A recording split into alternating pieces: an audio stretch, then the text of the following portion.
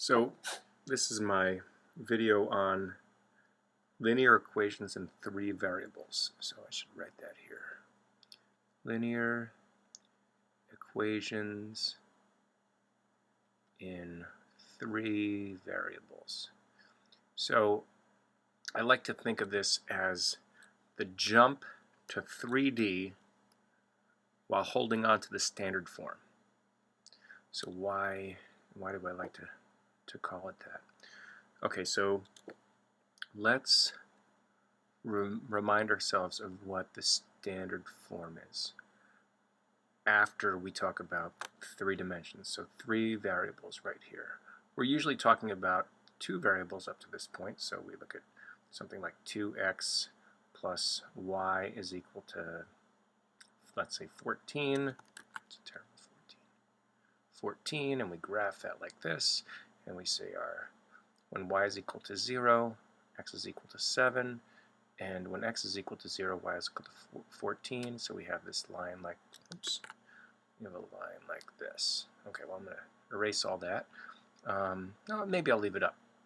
And let's jump to three dimensions. So here we have an x and a y. What's our third dimension? Well, we've left room here. X, y, that's right, z. So let's jump to three dimensions right here. We have a z-axis. I'm going to label it z right there. And I'm going to take this xy axis, and here's our x-axis. I'm going to put it like this. Here's our x-axis, and our y-axis like this.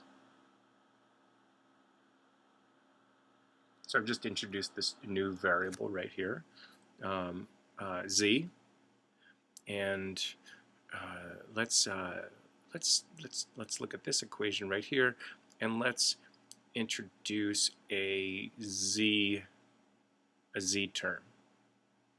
Okay, so let's do that here. Let's say we have 2x plus y plus let's say 7z is equal to 14. What have I done here? Oh my gosh, I've just added this. I just made this so much more complicated, right? Well, look at the z-axis. Okay, it still goes down. Well, I've just added this other dimension here.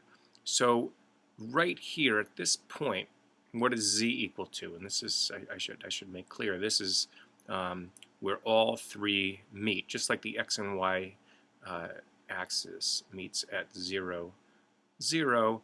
This point is going to be where all three meet at 0. So this is 0, 0, 0 for z. So that's 0 for z. Okay, once we put 0 for z, we are on, I'm going to shade this right here, we're on this sort of plane, this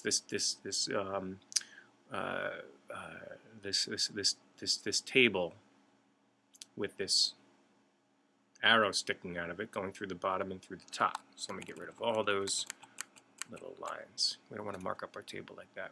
So along this, on this table right here, z is equal to 0.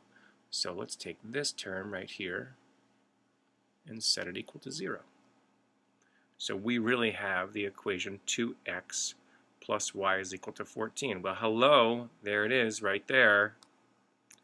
So right now, just in your mind, make this 0. We have 2x plus y. So we're just going to graph 2x plus y equals 14 on these axes right here. Well, we just did that, right? Right there and right there. We just graphed 2x plus y equals 14. So y is equal to 14. Boom, 14. That corresponds to that point right there. X is equal to 7 right there. So we already have a set. This whole entire line right here represents x's, y's, and z's, in this case z equals 0, of points that satisfy this equation right here. So what about, so what else can we do? Well, at x and y equals 0, so if we're right we're on the z-axis. So this and this equals 0. Well, we have 7z is equal to 14, and I stuttered there, I gave it away. Z is equal to 2. So this point right here does satisfy the equation. Oh, and you know what, let me label these points here. Now we have not an ordered pair, we have an ordered triplet. So we want to do x, y, and z. What about this point right here? Whoops. What about this point right here? Where y is equal to 14. What is x equal to? We want to make our triple pair right here, x, y, z. That's how we want to describe every one of these points in 3-dimension. X is equal to, you guessed it, 0. Y is equal to, well, we just said 14. Z is equal to 0. And what about this point right here? Well, we just said x is equal to 7. So this is 7, comma, 0, comma, and I'll do it in green. 0. I should make that green 0 because that's the one we added, right? That's that extra dimension. Okay, well, we have this point here also. Let's stepping back, and what point is that? That is when x and y equals 0. So that's 0, comma, 0, comma, and z we said was equal to 2. So we have that point right there. Again, we're looking at this in 3 dimensions. So ideally, we would take this, and this arrow. Oh, that's good. The green arrow is behind this line. So I was gonna kind of erase a little bit there, so you couldn't. So it'd be clear that that arrow is back there. Okay, so that's a point. Let's continue this. Let's to continue this discussion. Let's consider when we are on the zy plane. So this is the one that's facing us. When we're on the zy plane, x is equal to 0. You can just see it right here. We're on this axis and this axis. So y is equal to 0. So we have 2y. Whoops. We have x is equal to 0, so we have y plus 7z. Let me do that in green. 7z is equal to 14. Well, we already said at z equals 0, we have this point right here, right?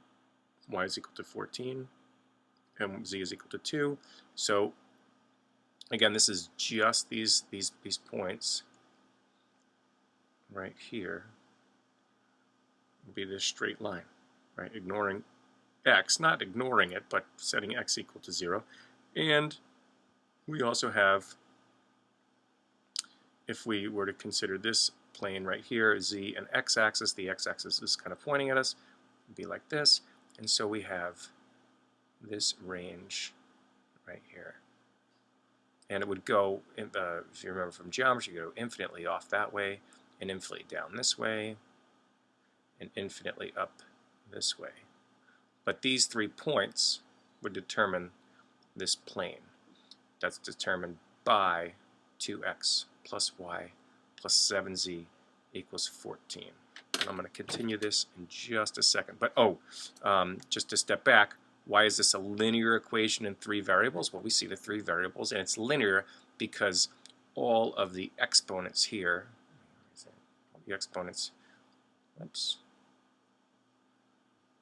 all the exponents of this guy right here are 1. That's what makes this a linear equation in 3 variables. Okay, so pick up in just a second.